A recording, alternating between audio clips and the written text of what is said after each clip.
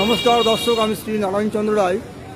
দর্শক, আজকে দক্ষিণ দিনাজপুর জেলা কুমারগঞ্জ যে পাঞ্জাব ন্যাশনাল ব্যাংক এবং সহ যে পোস্ট অফিস, গত রাতে ভয়াবহ ডাকাতি হয়। আপনারা দেখতে পাচ্ছেন বহু জনতার ভিড় এখানে।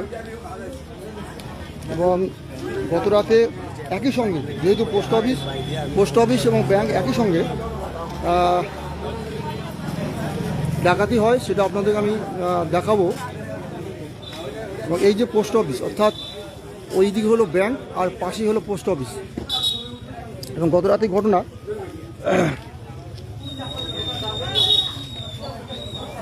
এবং ভিতরে কি অবস্থায় আছে সেটা আমরা এই মুহূর্তে আপনাদেরকে জানাতে পারছি না।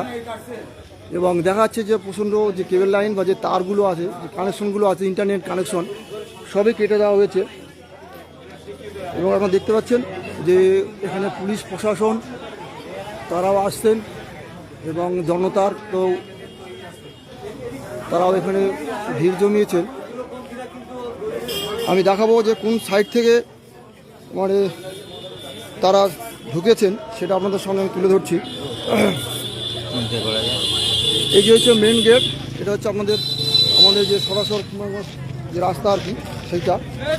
আর এবার দেখাবো যে কি কোন সাইড দিয়ে ঢুকেছে আর কি।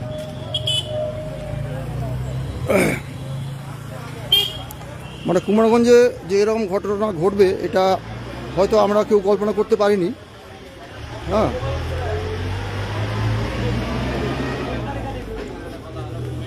ভয়ঙ্কর। মানে ভিতরে যা শুনলাম সমস্ত তছনছ করে দেওয়া হয়েছে।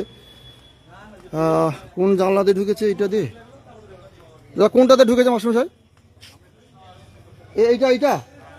ও আচ্ছা আচ্ছা আচ্ছা।